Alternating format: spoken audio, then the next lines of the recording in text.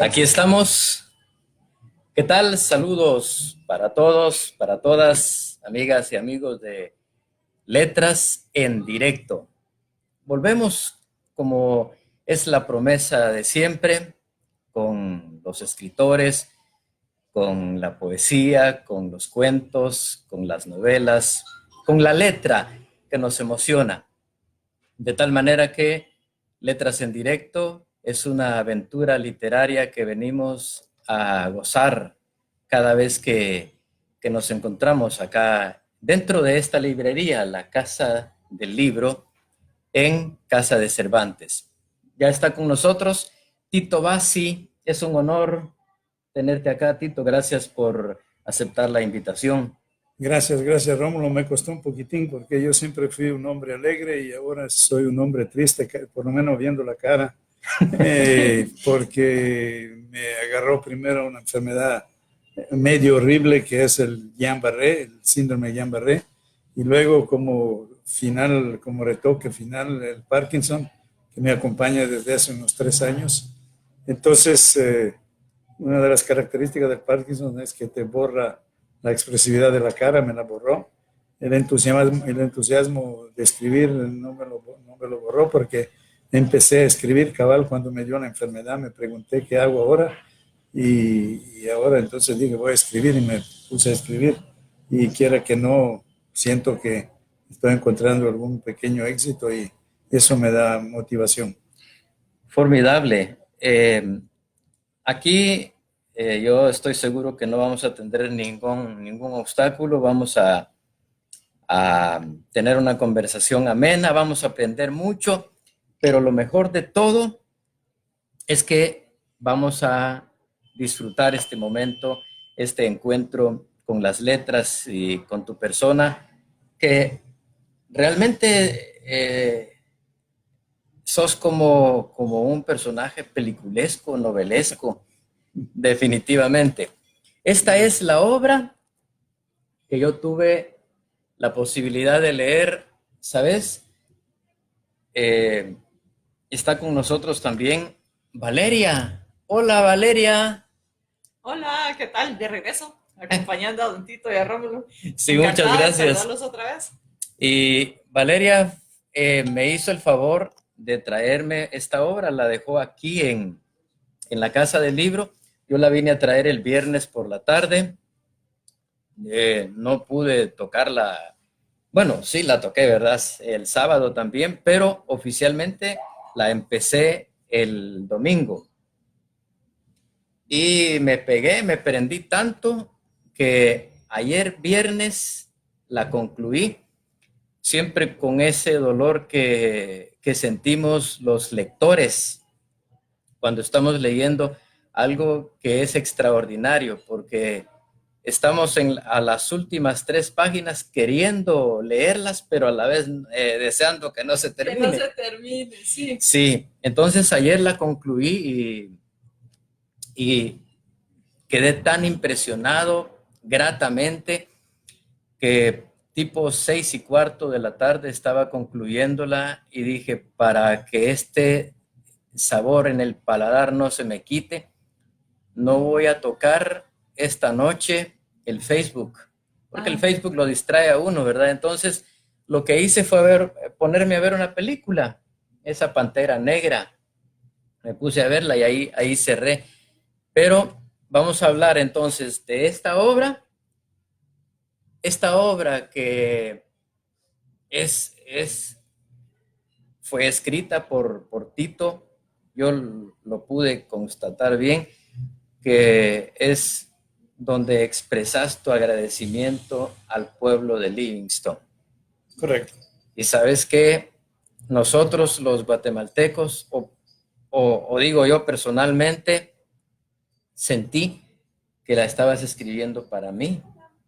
Me emocionó tanto que dije, qué belleza. Este es un hombre particular que vale la pena atesorar su obra y atesorar al personaje. Bien, Tito. Gracias, muchas gracias. La verdad que de esas cosas me hago feliz, ¿no? De los éxitos comerciales, porque escribir un libro para éxitos comerciales, eso es otra cosa.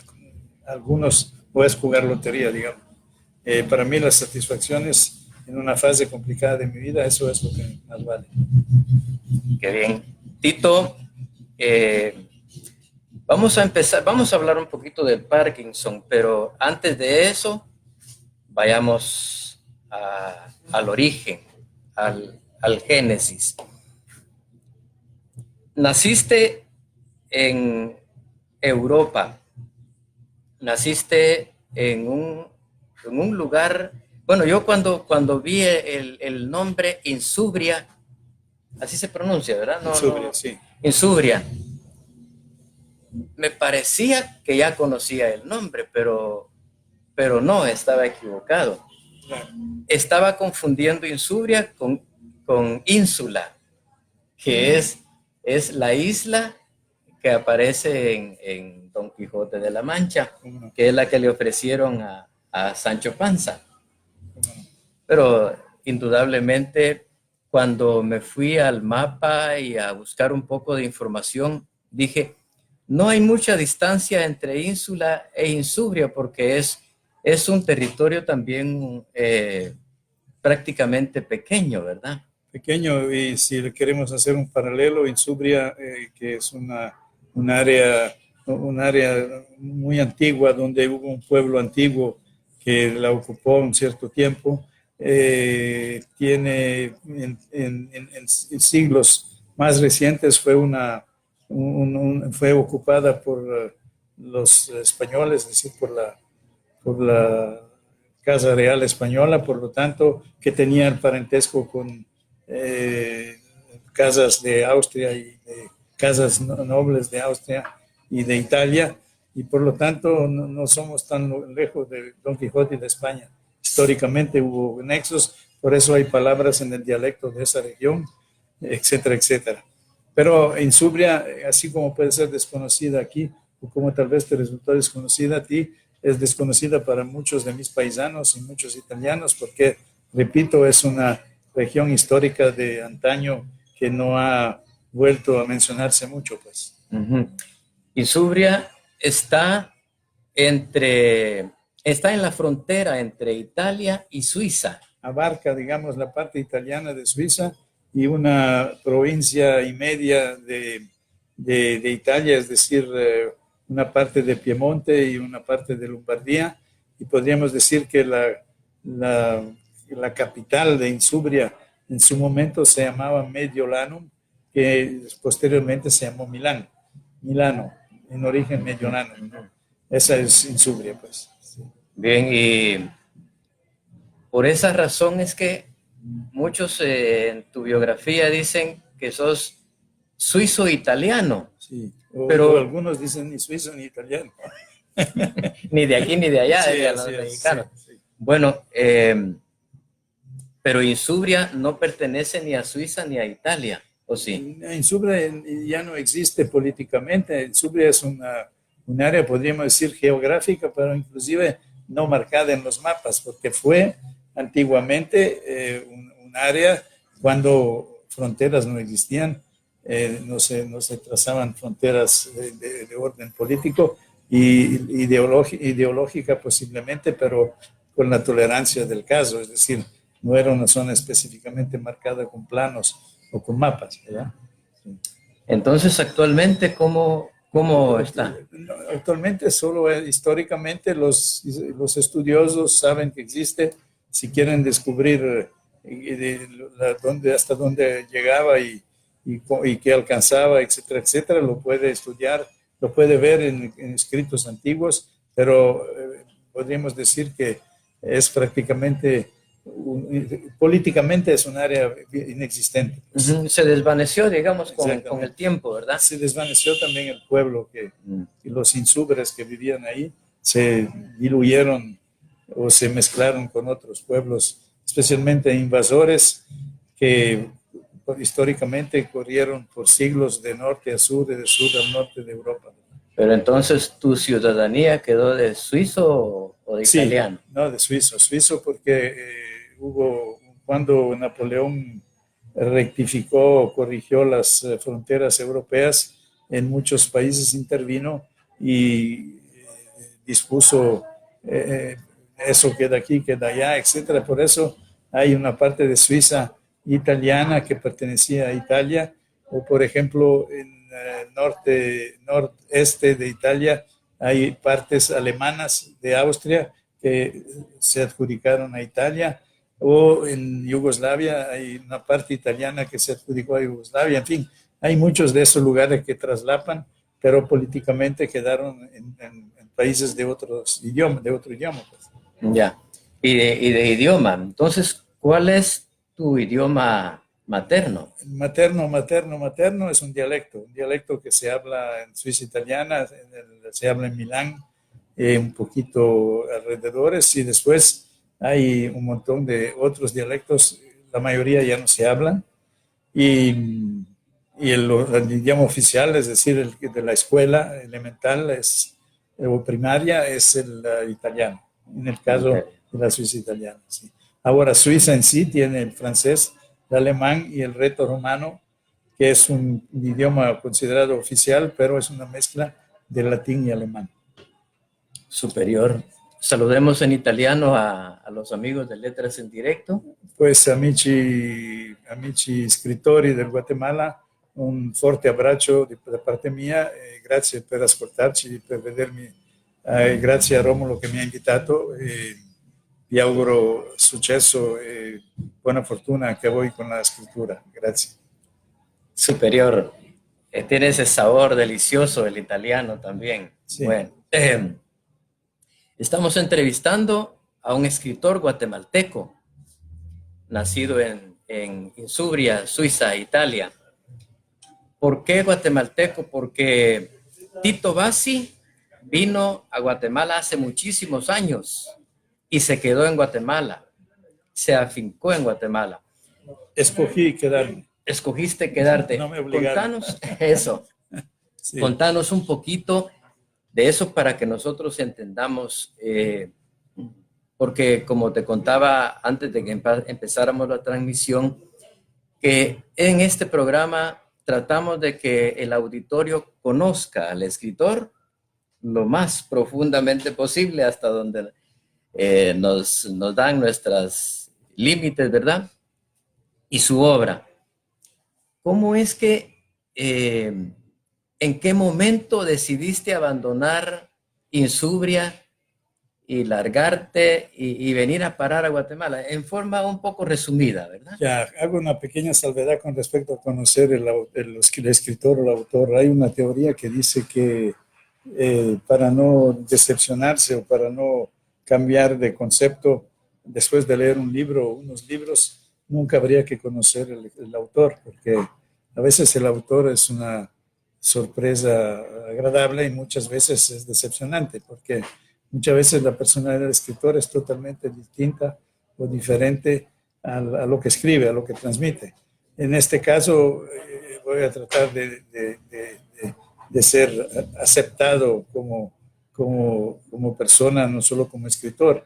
Yo en Suiza italiana, en un momento dado fui instructor de esquí, tuve clientes latinoamericanos y guatemaltecos entre ellos, y los clientes guatemaltecos me hablaban tanto de Guatemala y cosas curiosas, porque Guatemala es un país maravilloso que tiene tantas sorpresas y tantas cosas especiales, tristemente muchas que no aprovechan ni los propios chapines, y algunas que se han perdido. Y yo me quedé entusiasmado primero de las descripciones que me ofrecían y que me daban del país, y luego vine a cerciorarme si todo era cierto, y no solo todo era cierto, sino que encontré cosas todavía más interesantes que a veces a los chapines ni le llaman la atención, porque tal vez porque las miran todos los días o porque tal vez se acostumbraron, qué sé yo. El hecho es que a mí me entusiasmó el país y me quedé, pero resulta que un europeo normalmente no va al trópico si no ve mar. Entonces fui a explorar la costa del Pacífico primero y luego la costa del Atlántico. Tu edad y el año. que yo vine aquí con 30 años de edad. 30 años. En el 74. Ah, excelente. Sí. Sigamos. Entonces fui a explorar las dos costas. La costa del Pacífico, al principio me decepcionó un poquito porque el europeo tal vez tiene una mente distorsionada ligada únicamente al color de la arena. Entonces, cuando vi arena negra, dije, ese no es el mar tropical que yo deseo, que yo conocí en otros lugares, especialmente en el Caribe. Y entonces fui al lado atlántico y desafortunadamente, por decirlo así, la parte más atractiva dentro del contexto de la arena blanca era Belice. Pero en Livingston lo que encontré fue un ambiente tan especial que me hizo olvidar la arena blanca y me hizo olvidar otros aspectos, el glamour, la moda, el turismo de grande alcurnia, porque en Livingston encontré un pueblo con un corazón muy especial y eso me atrapó. Así como a ti te atrapó Libra, a mí me atrapó Livingston. Qué bien, sí. Qué bien. Y sabes que uno se pregunta en determinado momento esa inquietud, ¿verdad? Un europeo, suizo, italiano, se viene a vivir a un pueblo pobre, porque Livingston ha sido pobre. Hay muchas deficiencias, muchas carencias de toda naturaleza ahí. Y vos te quedas, estamos hablando desde el 74. Correcto. Desde el 74, ¿hasta qué año más o menos estuviste en Livingston? Bueno, en el 74, primero conocí y me gocé el Livingston original de esos tiempos, cuya peculiaridad era de no ser conectado con el mundo normal, porque no había ni carreteras, solo se llegaba por agua. Y surgió la idea, la inquietud de hacer un hotel, pero no un hotel que arruinara demasiado el ambiente, un hotel mediano y un hotel que satisfaciera a la gente que le gusta la selva, lo original, la naturaleza, la gente sencilla, porque eso es lo que Livingston tenía, gente sencilla, pero de gran corazón, un sentido de aislamiento, de casi como que fuera un planeta particular en el espacio. Y yo gocé todo eso y dije que lo gocen alguien más. Hice un hotel de 40 habitaciones y tuvo mucho éxito en los primeros años. Después a mitad un poco menos y al final ya no tanto y lo vendí. Pero el Tucandugú. Sí, correcto, sí, pero fue inclusive una oportunidad para conocer más gente y gente identificada con ese tipo de lugar y de turismo. Uh-huh. Sí. ¿Cuántos años estuviste viviendo en Livingston? Mire, yo en esos tiempos no es que estuviera ahí siempre fijo todo el tiempo. Pero yo tenías tu casa y hasta tu familia. Casa y tenía una avioneta, entonces con la avioneta podía permitirme el lujo de atender unos negocios en la capital y regresaba a Livingston, pero eran interrupciones breves, algunas veces también algún viaje al exterior, pero el pueblo era tan espontáneo y de una dimensión tan alcanzable permanentemente que las ausencias no interrumpían tu contacto con la gente. Inclusive la gente, si yo me quedaba fuera una semana o 3 días, ni se daban cuenta. A veces no sabían si uno estaba llegando o se estaba yendo, porque era normal que no se hablaba todos los días, pero en fin, no se notaba la ausencia. Uh-huh. Y yo no la sentía tampoco, porque, repito, era casi una relación sentimental establecida, ¿verdad? Sí, excelente. Nos están saludando algunos amigos acá. Leo de Soblas, saludos para Tito y su obra, dice Leo. Gracias Leo. Gracias. Claudia Verónica Sánchez López, felicidades Rómulo, excelente coloquio, dice.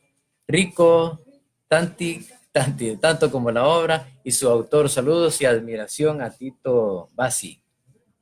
Gracias. Luego, Leo dice otra vez, merece detenerse en la obra de Tito Bassi como pocos escritores extranjeros, es capaz de captar mucho del espíritu de nuestro país.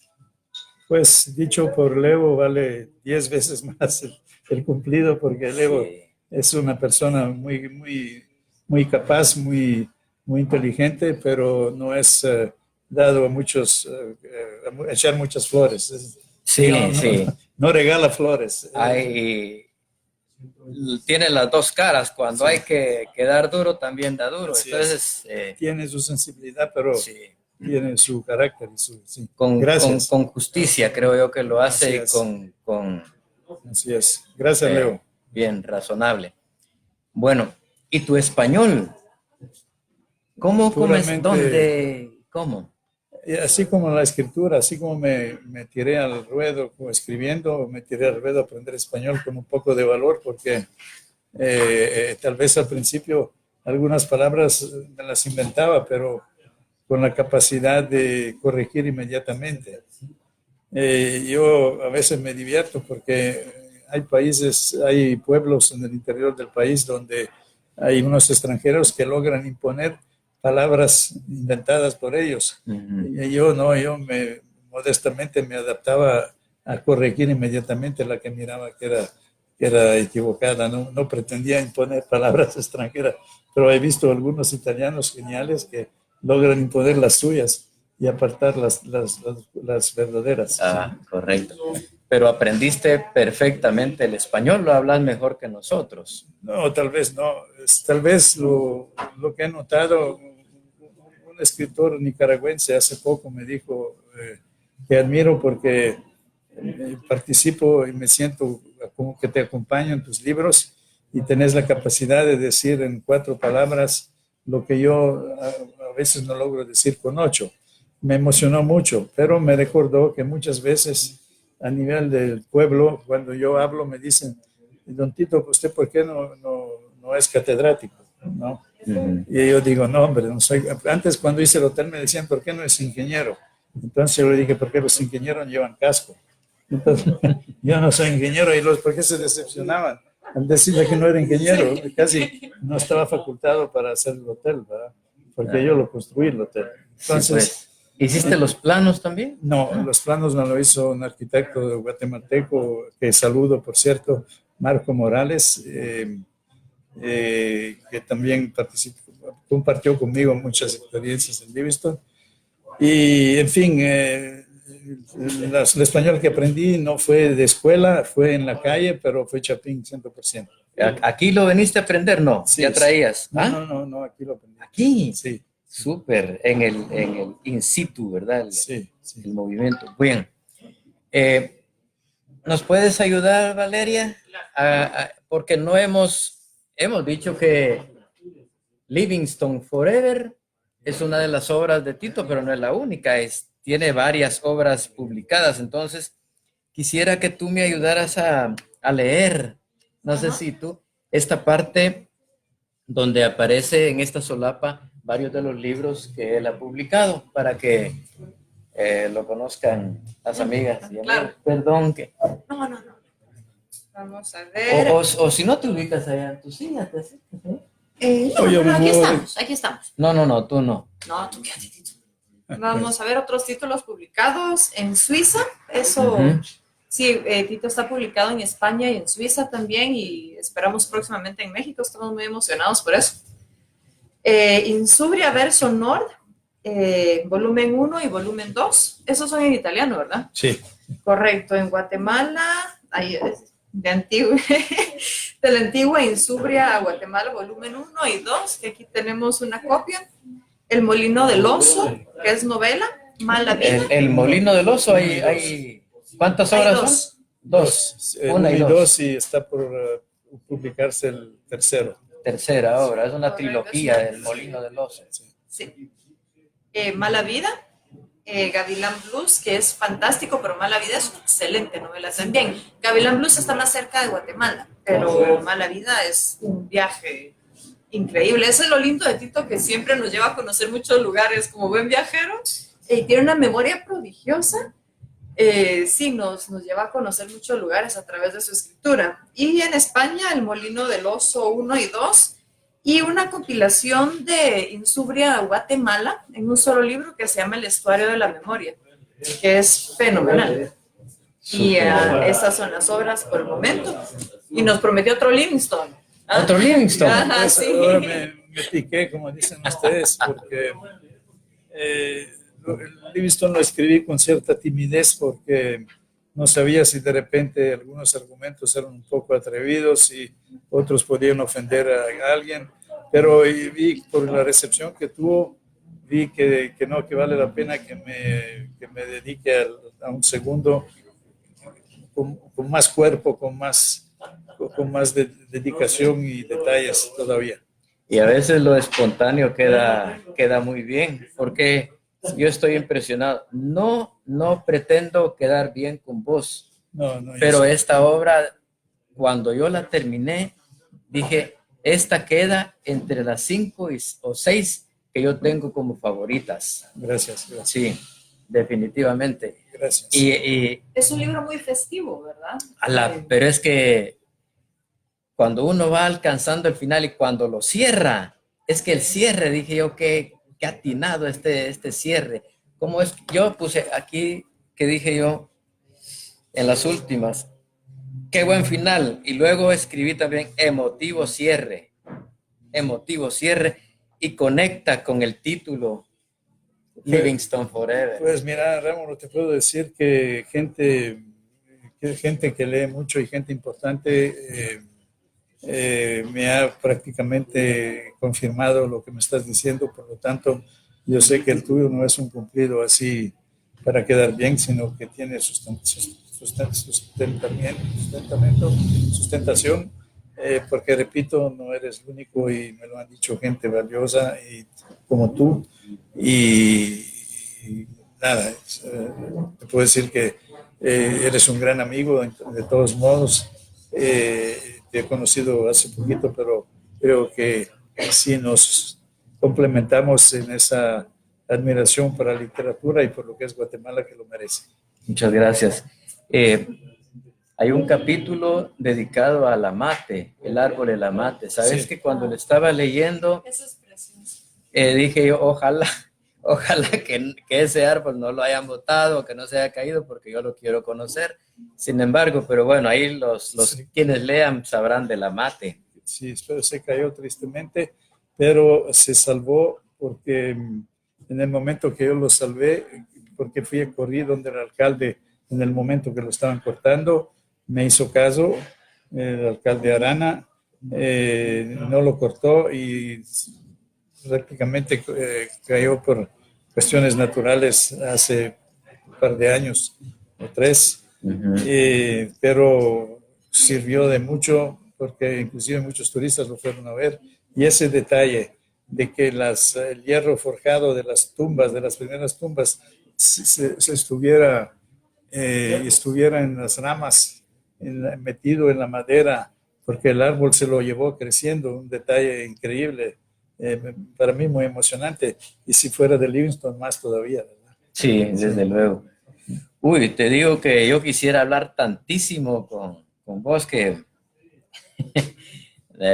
el tiempo es implacable, ¿verdad? Pero vamos a tratar de agarrar lo más valioso. Otra cosa que desde que empecé a leer el libro dije, a la gran, yo voy a tener que ir a Livingstone. Hace muchísimos años que yo no voy a Livingstone, es decir, yo conocí Livingstone siendo patojo también, 82, 83 más o menos. Tanto que andábamos con otros cuates del instituto y nos echamos los tragos ahí, nos pasamos de la medida.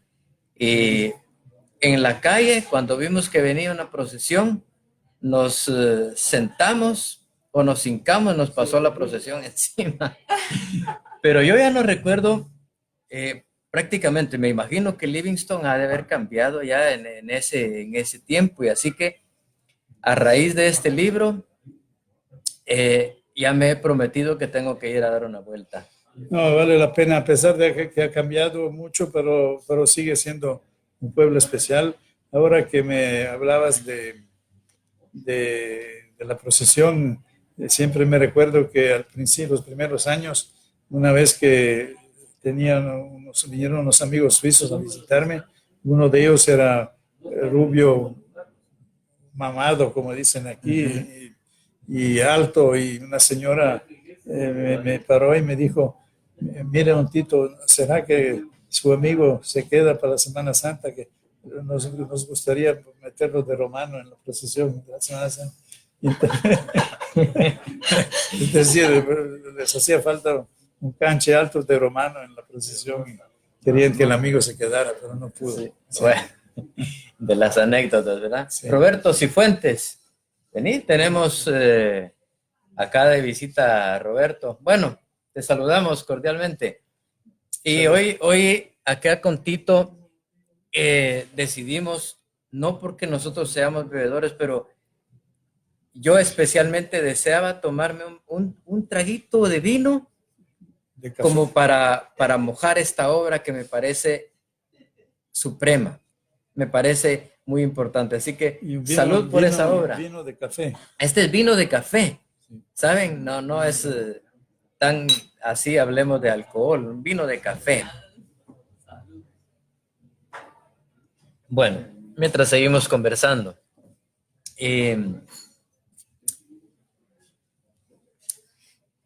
Me he reído también con la obra, me he reído mucho. Ahí, bueno, y ese asunto, esa expresión, ese momento que vive un extranjero cuando está en un sitio que no es su patria, que no es su lugar de nacimiento y que continuamente le dicen, bueno, vos no sos de aquí, no te metas. Sí. Ni de aquí sos. Ni de aquí sos. Sí. Y eso te lo repetían. Pero quiero decirles que fue increíblemente más con los ladinos. Con los morenos no fue así. Y con los morenos hay realmente hubo una relación especial. Siento que era un corazón especial porque realmente, como ellos probablemente, con todo y las limitaciones por no tener carretera, etcétera, tuvieron la suerte que no había probablemente la marginación de las islas francesas o del Caribe. Por lo tanto, fueron morenos privilegiados en un área privilegiada, con una independencia total y absoluta. Entonces, no tenían resentimiento ni rencor contra nadie. Al contrario, eran muy simpáticos, aceptaban pues el turista, aceptaban a alguien como yo que escogió vivir ahí. En fin, eso está dentro de lo especial que es el pueblo. Sí, y no se siente la expresión como ofensiva, sino que se siente la sinceridad del personaje cuando te lo dice, pero que están hablando y te lo dicen, pero sin ofenderte. Sí, correcto. Ajá. No, y tienen humor, tienen autocrítica. Por ejemplo, a veces divertido porque se molestan entre ellos, vos negro, le dice uno al otro, etc. Mientras el comal le dijo a la olla. Exactamente, pero es el poder aguantar un humorismo hasta sí mismo o autocrítica demuestra cultura y demuestra inteligencia. Ajá. ¿Sí? ¿Qué porcentaje de raza negra ha habido en Livingston y qué porcentaje de blancos? Livingston tiene una peculiaridad y es que el casco urbano siempre fue relativamente pequeño y el área rural bastante grande. Entonces, cuando yo llegué, probablemente estábamos hablando del casco urbano, una población de 6,000 habitantes, y el área rural probablemente entre 30 y 50,000, digamos así. Pero un área enorme. Livingston, si no me equivoco, es en superficie el segundo municipio de Guatemala. Entonces, sucede que la parte rural de los indígenas en aquel entonces no influía, no afectaba la minoría garífuna del pueblo, porque eran dos vidas aparte. Pues, al límite llegaban a Livingston a vender productos por el consumo de Livingston, pero todo lo demás producto iba hacia la carretera del Petén para salir hacia la capital. Los mayas de Livingston son quechíes, Son quechíes. pero en el casco urbano, Casco urbano hay ladinos, morenos, algunos chinos. Hay una colonia pequeña, interesante de hindúes, de que dicen culíes, Culíes. y los blancos que son considerados gringos, porque yo decepcioné a la gente cuando hice el hotel sin ser ingeniero, decepcioné a la gente cuando me hablaban en inglés y me decían gringo y no les contestaba porque yo hablo muy mal inglés. Algunas otras cuestiones que digamos, no, en la tradición hubieran preferido que yo dijera sí, soy ingeniero y que le hubiera contestado en inglés. En fin, son parámetros establecidos desde hace años. ajá. Sí. Pero así, a vista de pájaro, podríamos decir, ¿qué porcentaje en el área urbana Sí, puede uno si no me apreciar? equivoco, ¿Hay más sí. negro? ¿Sí? No, cuando yo llegué podríamos decir que había que entre ladinos, chinos e hindúes probablemente eran el 50% y el 50% morenos. ¿Por qué? Porque la población morena tenía la gran ventaja que podía emigrar a Estados Unidos con más facilidad, es decir, era más fácil en aquellos tiempos que agarraran como mojado un ladino que un moreno. Entonces, los morenos de Livingston, de Honduras y de Belice tienen colonias importantes en Estados Unidos que a su vez podían recibir y absorber sin darse color muchos morenos. Entonces, es increíble prácticamente. Yo creo que deben haber en Estados Unidos 2 o 3 Livingston, que obviamente no aumentaron la población de acá, pero aumentaron la de allá. Y no hablemos de hondureños y beliceños, etcétera. Pero eso, la suerte de ellos fue que sí fue más fácil emigrar que para las otras razas. Perfecto. En la obra Livingston Forever, haces legendario a Livingston, pero también haces legendario al Tucandugú y al Marabú. Bueno, el Marabú fue una institución porque era una discoteca, un rancho sencillo, pero con lo mejor de la música, con una sala de baile que no era un cuartucho, sino era una playa, es decir, la música se oía hasta 200 metros, entonces unos bailaban en plena luz de los focos que habían, otros a media luz y otros en la oscuridad. Era una discoteca open air de las dimensiones que uno quería. Pues, ¿no? Inclusive si uno quería, si el mar estaba tranquilo, podía salir en cayuco a 100 metros de la playa y ahí llegaba la música como que estuviera cerca. En el Marabú es donde escuchaste las primeras rolas de Bob Marley. Exactamente, exactamente.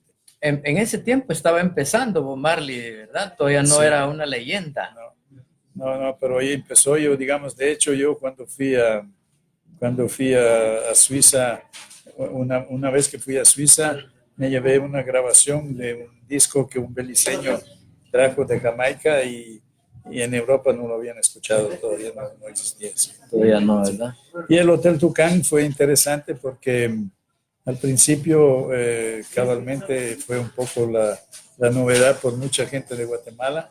Llegaban familias importantes, llegaban familias, digamos, de clase media, pero aventureras, y los extranjeros, especialmente italianos. Al principio fue un gran éxito. Sí. La Buga. Sí. La Buga es Livingston. Sí. Los livingsteños. Sí. Livingsteño es el gentilicio, ¿verdad? Sí. Ellos dicen más La Buga que Livingston o igual. Digamos que turísticamente la tendencia los obliga a usar más Livingston, pero se usa bastante la Buga también, y los turistas cuando saben que hay un segundo nombre utilizan el La Buga porque el turista de esos lugares les gusta identificarse con los pueblos, pueblo indígena o pueblo originario de ahí, ¿verdad? Sí, pues bueno, yo he visto que tu corazón está en este libro. Diría que en todos los libros. En todos los En libros. eso ¿verdad? está más. Pero, Sí, pero en el caso para los livingsteños. correcto. No, y para mí también, en esto está más. Pero sí, generalmente dicen que en mis libros se ve que tengo el corazón, porque todo lo que describo fue o vivido directamente o indirectamente o visto de cerca. Es prácticamente es mi vida, ¿no? Parte de mi vida. Sí. ¿Qué tanto de ficción hay en él? Pues tal vez aunque parezca más, es lo que hay menos, porque es un país mágico, es un pueblo mágico, es un país donde todo parece ficción, pero todo es realidad. Y Es autobiográfico. bueno, básicamente sí, sí. Excelente. Bueno, Yo creo que es un libro muy interesante, perdón que interrumpa. ven, acércate, por favor, si por eso estás Sí, aquí. Yo Acércate más. viví algunos años en Río Dulce y estuve muy en contacto con Livingston y Tito. Tenemos muchas personas en común allá. ¿Te acuerdas del tigre, el destapador y cómo se llama? Don Chiqui de la tienda. Entonces, cuando leí ese libro, yo regresé a esos años. Ajá. Ya estuve tan esto. ¿Verdad que es una Sí, vivencia es extraordinaria? una vivencia extraordinaria y estuve en Livingston más o menos recientemente, digamos.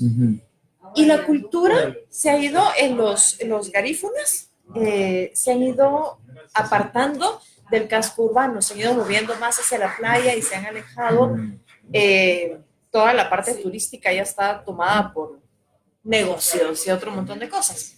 Entonces, lo que tiene lindo este libro de Livingston Forever es que rescata esa cultura cuando todavía no era completamente comercial y todo este tipo de cosas. Entonces, como acervo cultural e histórico, el libro de Tito es muy valioso. Sí, sí, sí. En la recuperación de una cultura que no se ha perdido, porque esa cultura no se puede perder, es una identidad muy fuerte, pero sí se ha ido transformando el entorno. Entonces, este libro nos regresa a un momento muy bonito de su historia. Yo quisiera hacer un pequeño, Perdón. quisiera agregar un pequeño detalle. Por ejemplo, me atrevo a decir que ese libro y Livingston podría inclusive ser, tal vez lo digo un poco para muchos, resultará un poco frívolo, pero en un momento donde que el país se ha polarizado mucho, un país que se está viendo mucho antagonismo, el concepto de Livingston y ese libro puede hasta cierto punto ser un granito de arena para reapaciguarse, a crear cierto entendimiento, porque yo he visto, por ejemplo, a pesar de haber hecho algunas críticas veladas, por ejemplo, al ejército con lo del barco, etcétera, etcétera, he visto altos militares apreciar el libro, por ejemplo, Edgar Godoy, Mario Páez Bolaños, porque pasaron su vida o su niñez en Livingston. Algunos porque el papá estuvo en la aduana, otros porque el papá estuvo en la portuaria. Es decir, los Livingston que nadie conoce hoy, en aquel tiempo eran parte más integral de Guatemala porque habían entidades que le daban trabajo a guatemaltecos de la capital. Entonces muchos chapines antes apreciaban y saborearon lo que era Livingston, cosa que hoy ya no se ha hecho. Es una lástima. Es una lástima. Sí. ¿Sabes qué? Ya sabemos cómo son los políticos, ¿verdad? La política, ay Dios. Esta obra, yo digo que esta obra debería de ser un patrimonio cultural de Livingston. Digamos, las autoridades en la entrada de la municipalidad, por ejemplo, deberían de tenerlo en una vitrina. Sí, por ejemplo. Es la propuesta. Si hay gente sensible, si hay gente que se acerca a la cultura y que entiende el valor que pueda tener algo así. Sí. Lamentablemente yo te agradezco ese detalle y te digo sinceramente que aunque yo sea extranjero, que realmente lo que hay de cultural aquí adentro es cultural que yo he percibido y absorbido en Guatemala, porque yo no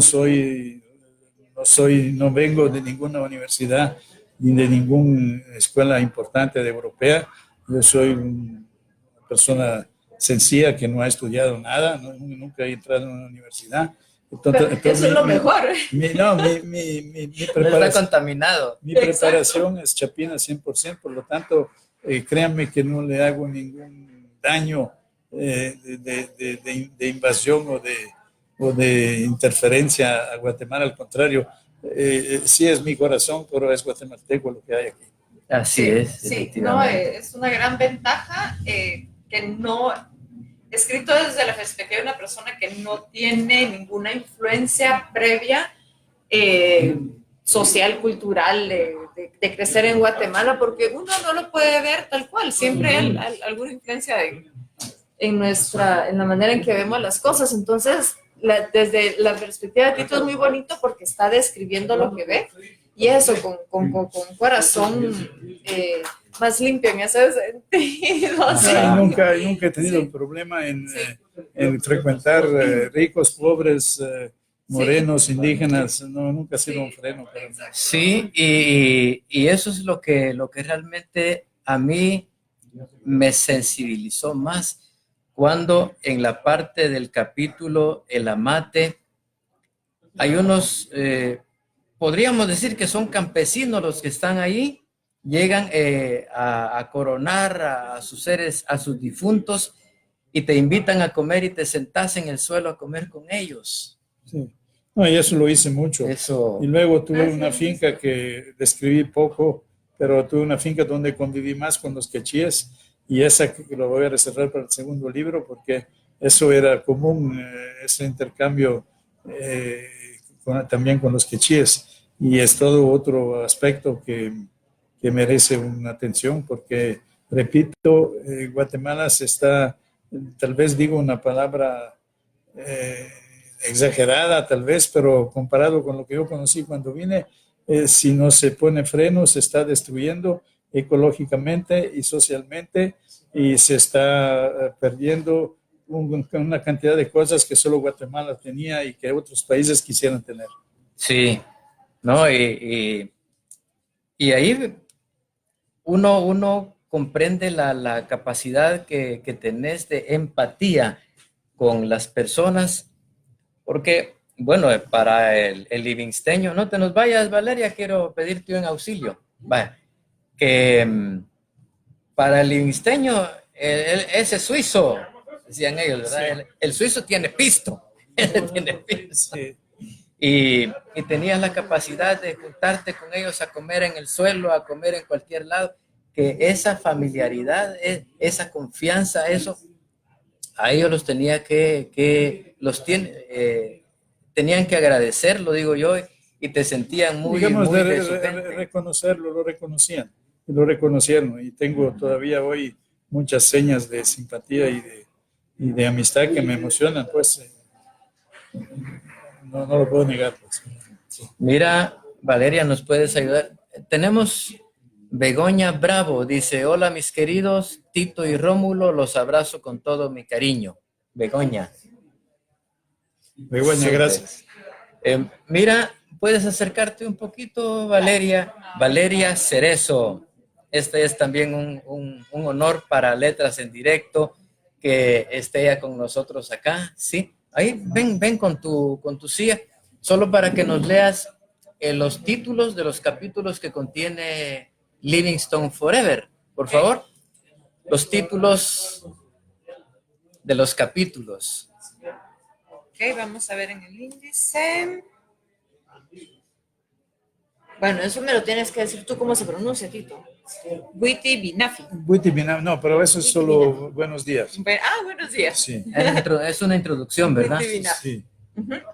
La llegada, primeros asombros, el guerrillero, la vida prestada, así es el trópico, las sirenas, el Tucán-Dubú es una institución, el velorio, surrealismo cotidiano, los tigres, la finca, los tropiezos burocráticos, ese es mucha.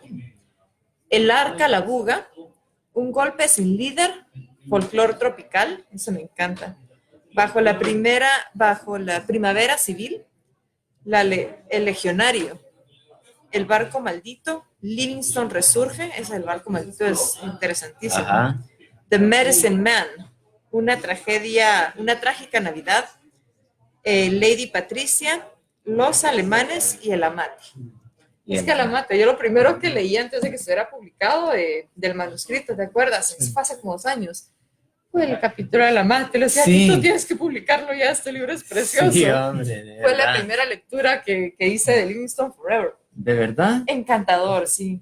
Tanto, Encantador. tanto que yo dije también, el libro, dentro de esas características que tiene, es que El Amate, como que si uno dijera, hay que escribir, si se hubiera escrito lógicamente, en forma cronológica, como que el Amate debió ser el primero, pero no. Definitivamente acá quedó No, muy hay bien. algo hermoso en El Amate, hay un simbolismo también, creo yo.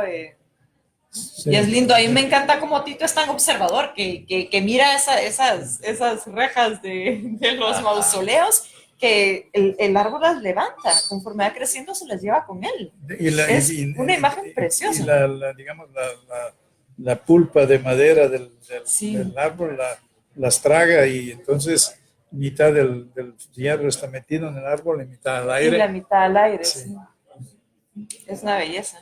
Bien.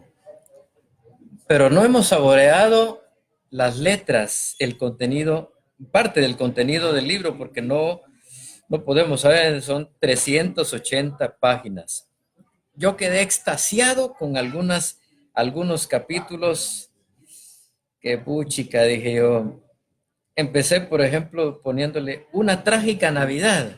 Le puse buen capítulo, buen Ay, sí, capítulo. ese es. Alucinante paseo le puse al capítulo que se llama El Lady Patricia. Ah, sí. Qué nítido. Sí, eso es genial. En el libro hay príncipes, prostitutas, hay pescadores, hay mercaderes. Es que es una Ajá, locura. Hay ajá. una cantidad de personajes tan rica y tan diversa. Y es gente, es la gente de allá, no es una novela.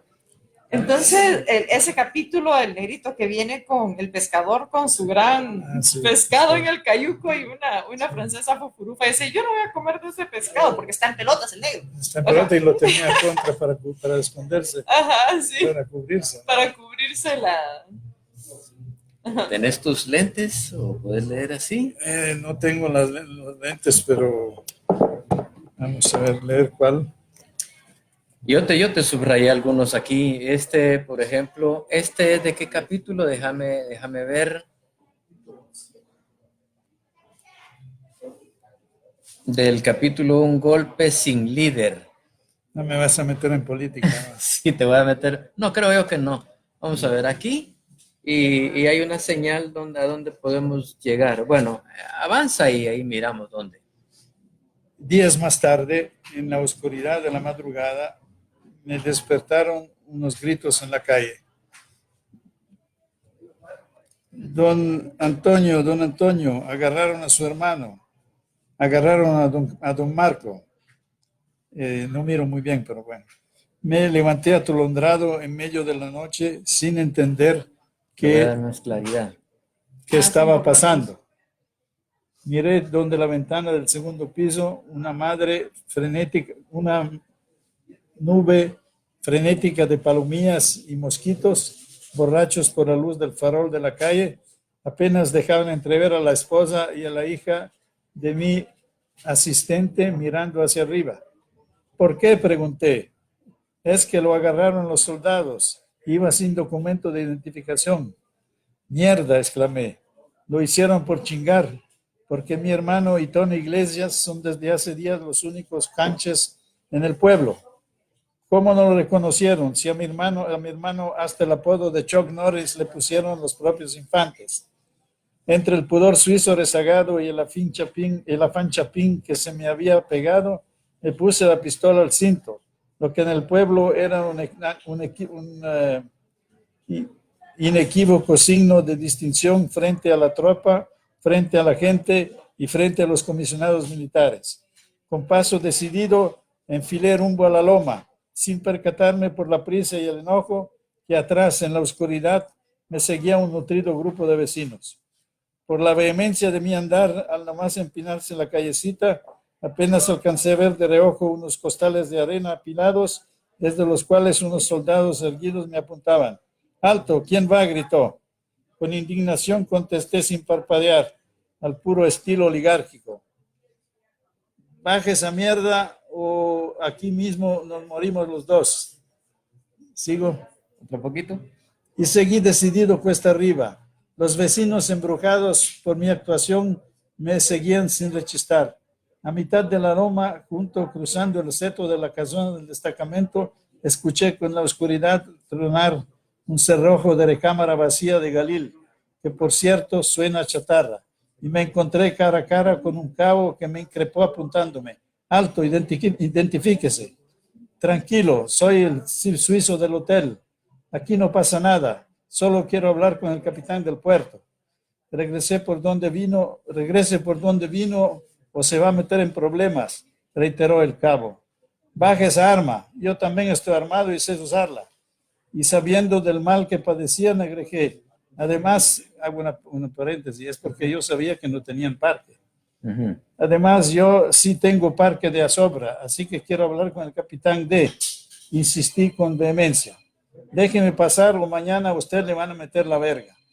En fin, esa es parte del folclore que puedo decir. No, Sí. no es falta de respeto, son realidades. Sí, sí, sí, no, es común esas palabras. Era por lo menos, sí. Sí, sí, no, además, cuando uno está en un momento tan difícil como ese, tiene que demostrar que tiene fuerza, que tiene poder. ¿Qué puedo decir? Yo aprendí así, me funcionó.